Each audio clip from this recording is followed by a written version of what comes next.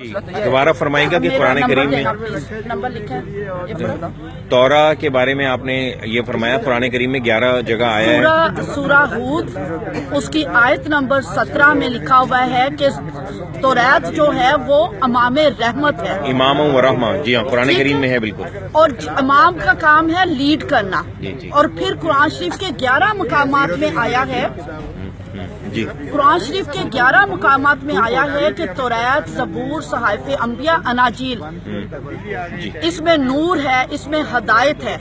جس چیز میں نور اور ہدایت جس کو قرآن شریف کہہ رہا ہے، آپ اس کو کیسے کہہ سکتے ہیں کہ وہ تبدیل ہو گئی؟ اور خدا کی ذات سے آپ یہ توقع کریں کہ اس کا کلام تبدیل ہو جائے؟ نہ توریت تبدیل ہو سکتی ہے، نہ زبور تبدیل ہو سکتا ہے، نہ اناجیل، نہ صحائف انبیاء. خدا کا کلام اٹل ہے اور لا تبدیل ہے. اچھا، میرا اگلا سوال یہ ہے کہ بڑا مشہور ہو رہا ہے آج کل سوشل میڈیا میں کہ میری کرسمس نہ کہیں، اس کا مطلب ہے خدا نے بیٹا جنا، جبکہ ڈکشنری میں اس کی میننگ جو ہیں وہ یہ نہیں ہے. اس کا مطلب یہ ہے کہ عیسیٰ کی ولادت مبارک ہو. تو آپ میری کرسمس کے کیا میننگز لیتی ہیں؟ میری کا مطلب ہوتا خوشی. خوشی، ٹھیک ہے. کرسمس ہے جیزس کی پیدائش کی خوشی. ٹھیک ہے.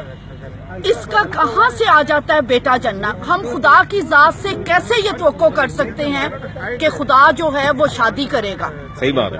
خدا کی ذات سے یہ منسوب ہی کرنا خدا کی توہین ہے. خدا روح ہے اور روح کی کوئی شادی نہیں ہوتی. اور بائبل مقدس میں نہ توریت میں، نہ زبور میں، نہ صحائف انبیاء میں، نہ اناجیل میں دوبارہ ریٹریٹ کروں گی کہ کہیں بھی خدا کی شادی کا کوئی کانسیپٹ نہ تاریخ میں ہے، نہ چرچ میں ہے، نہ بائبل کے اندر ہے.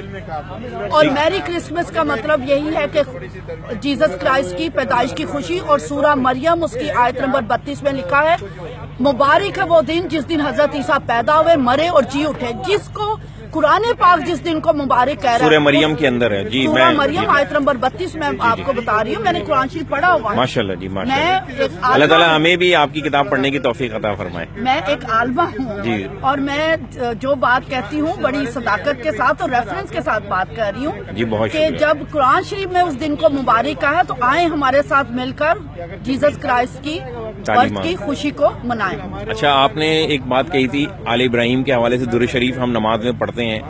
نماز کے جو ہماری نماز مکمل نہیں ہوتی جب تک ہم درود شریف نہ پڑھیں. آپ نے درود شریف سے متعلق ایک بات کہی تھی کہ ہم حضرت ابراہیم اور اس کی آل پر درود پڑھتے ہیں، تو وہ بات ذرا دوبارہ فرمائیں. ہاں جی. میں یہ دیکھیں چھوٹے چھوٹے کانسیپٹس ہیں جن کو کلیئر کرنا بہت ضروری ہے تاکہ مسلمان اور مسیحی جو ہیں وہ قریب آ سکیں، وہ ایک دوسرے کو جان سکیں.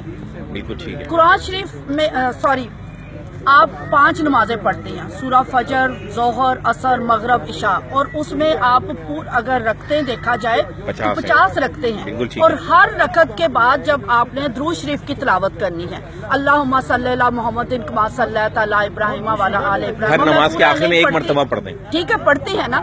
اس کا مطلب 50 بار آپ درود شریف پڑھ رہے ہیں. اس کا پہلا حصہ ہے کہ حضور کے پر اور حضور کی نسل پر سلام. نہیں، پہلا حصہ ہے ابراہیم پر.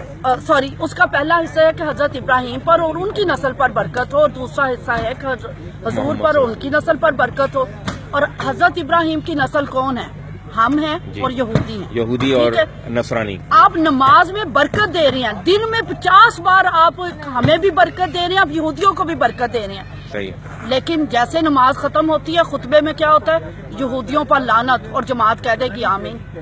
آپ بتائیں کہ آپ نماز میں انہیں برکت دے رہے ہیں. رب پاک نے برکت دینے کا حکم دیا اور توریت میں لکھا ہوا ہے، حضرت ابراہیم نے خود فرمایا، خدائے قدوس نے فرمایا کہ جو تجھے مبارک کہے گا اور تیری نسل کو مبارک کہے گا میں اسے برکت دوں گا.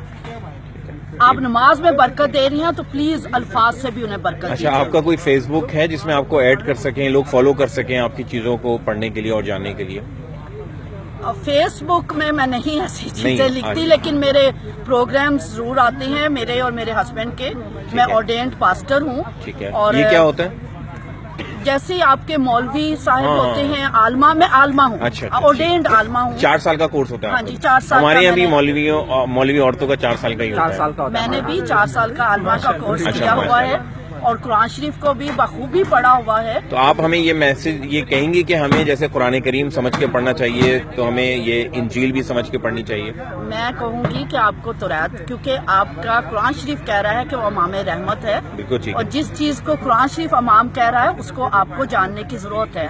آپ قرآن شریف کو بھی سمجھ کے پڑھیے، آپ توریت، زبور، صحائف انبیاء اور اناجیل کو بھی سمجھ کے پڑھیے. یہ خدا کا حکم ہے. بہت شکریہ. Thank you very much. Thank you.